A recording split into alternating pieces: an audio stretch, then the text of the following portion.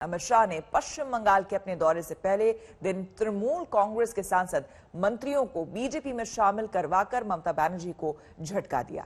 तो दूसरे दिन उन्होंने ममता के गढ़ में हुंकार भरी। अमित शाह ने वहां रोड शो निकालकर दीदी को सीधी चुनौती दी।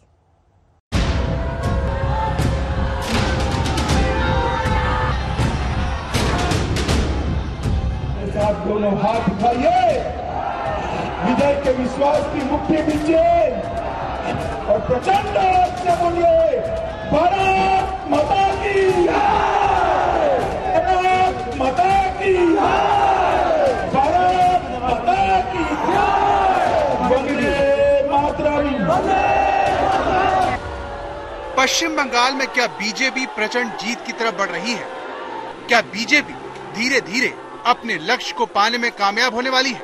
कि बंगाल की जनता तय करके बैठी है, दीदी चुनाव के मैदान में आ जाओ, इस बार बारी कमल की है। अमित शाह के इस आत्मविश्वास की वजह ये रोड शो है, जिसे वो अभूतपूर्व मानते हैं। भारतीय जनता पार्टी का अध्यक्ष रहते हुए मैंने ढेर सारे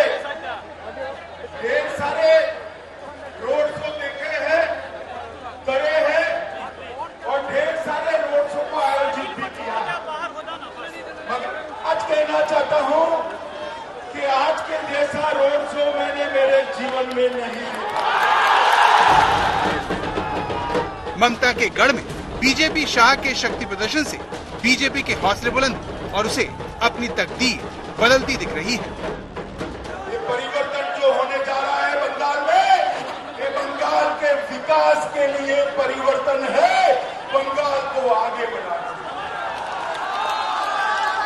ये जो परिवर्तन है, वो परिवर्तन बांग्लादेश से जो घुसपैठ होती है, वो घुसपैठ को रोकने के लिए ये परिवर्तन है। वो परिवर्तन राजनीतिक हिंसा को समाप्त करने के लिए परिवर्तन है। ये जो परिवर्तन है, ये परिवर्तन, ये जो टोल टैक्स लिया जाता है उसको करने के लिए, ये टोलाबाजी बंद करने के लिए परिवर्तन है।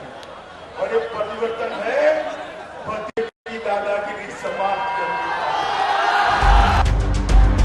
अमित शाह ममता के सियासी एकाधिकार के खात्मे के लिए उनके गढ़ में उन्हें चुनौती दे रहे हैं। बोलपुर में ममता के लगे 2 पोस्टर देखिए, जिनके बीच से निकलते अमित शाह के रथ को बीजेपी समर्थक जीत की तरफ कदम मान रहे हैं। बीजेपी के इस आत्मविश्वास की वजह रोड शो में उमड़ी भीड़ है, जिसमें जिसे जहां जगह मिली वो वहीं खड़ा हो गया। जैसे इन लोगों को देखिए जो स्वागत के लिए बनाए गए दरवाजे से ही लटक गए। अमित शाह का ये रोड शो बोलपुर चौरस्ता से डाक बंगला तक निकाला गया, जिनके बीच की दूरी 1 किलोमीटर थी, लेकिन लोगों की भीड़ की वजह से अमित शाह के रथ को डाक बंगला पहुंचने में 1 घंटे से ज्यादा लग गया। बीजेपी को लगता है कि रोड शो में उमड़ी भीड़ वोट में तब्दील जरूर होगी, क्योंकि कड़ी सुरक्षा में भी लोग जिस तरह से धक्का मुक्की में डटे रहे, उसने पार्टी का जोश हाई कर दिया है। बोलपुर कभी लेफ्ट का गढ़ रहा, जिस पर पिछले 10 सालों से तृणमूल कांग्रेस का दबदबा है। लेकिन इस रोड शो से सवाल उठता है कि क्या बीजेपी ममता के गढ़ में सेंध लगाने में कामयाब हो गई है? क्योंकि सड़क से छत तक लोग बड़ी संख्या में दिखे, जिन्हें देखकर अमित शाह का चेहरा खिल गया। जानकारों को लगता है कि अमित शाह का ये रोड शो बीजेपी कार्यकर्ताओं के लिए भी बहुत अहम साबित होगा, जो लगातार हमले झेल रहे हैं। लेकिन इस रोड शो में पार्टी के कार्यकर्ता बेखौफ दिखे। वीरभूम में अमित शाह का ये रोड शो सियासी सर्जिकल स्ट्राइक जैसा साबित हो सकता है, क्योंकि ये भीड़ देखकर बीजेपी का उत्साह तो बढ़ेगा ही, और हर महीने अमित शाह के बंगाल आने से तृणमूल कांग्रेस पर दबाव बढ़ना तय। मैं आपको वादा करने आया हूँ, हम भारतीय जनता पार्टी के कार्यकर्ता बंगाल को विकास के रास्ते पर आगे ले जाएंगे। ये बंगाल को टैगोर के स्वप्न का बंगाल बनाएंगे, सुभाष बाबू के स्वप्न का बंगाल बनाने का। सबसे पहले कुछ दिनों पहले हमारे राष्ट्रीय अध्यक्ष के बंगाल दौरे के वक्त तृणमूल कांग्रेस के कार्यकर्ताओं ने जिस प्रकार से उन पर हमला किया था, भारतीय जनता पार्टी इसकी निंदा करती है और व्यक्तिगत तौर पर मैं भी इसकी निंदा करता हूं। तृणमूल कांग्रेस की सरकार की है, तृणमूल कांग्रेस के कार्यकर्ताओं की सत्ता का अहंकार जब सर पर चढ़ जाता है तब इस प्रकार की घटनाएं आकार लेती है। ममता दीदी जब कांग्रेस में थी और इंदिरा जी यहां आती थी तो क्या कहती थी? वो बंगाल की अंदरूनी राजनीति में आंतरिक दखल थी क्या? जब वो कांग्रेस में थी और प्रणव दा आते थे या नरसिम्हा राव आते थे तो वो क्या कहती थी? और मंच पर आपको स्वपन दा, राहुल जी, दिलीप घोष, समीक दा कोई नहीं दिखाई पड़ता है। मैं बंगाल की जनता को कहना चाहता हूं, ये भ्रांति फैलाने का प्रयास है। ममता दीदी, आपको हराने के लिए किसी को दिल्ली से आने की जरूरत नहीं है। आपके सामने भी बंगाल का धरती पुत्र खड़ा रहेगा, आपके सामने ही भी बंगाल का ही आदमी लड़ेगा और आने वाला मुख्यमंत्री भी बंगाल की मिट्टी का ही मुख्यमंत्री हम बंगाल को देने जा रहे हैं। संकल्प है कि मोदी जी के नेतृत्व में हम बंगाल को फिर से एक बार सोनार बांग्ला बनाने की दिशा में आगे बढ़ेंगे। आप चिंता मत करिए ममता दीदी, ये चुनाव के साथ ही समाप्त होने वाला है क्योंकि आपकी सरकार जाने वाली है। यहां पर फिर से एक बार भारतीय जनता पार्टी की सरकार आनी।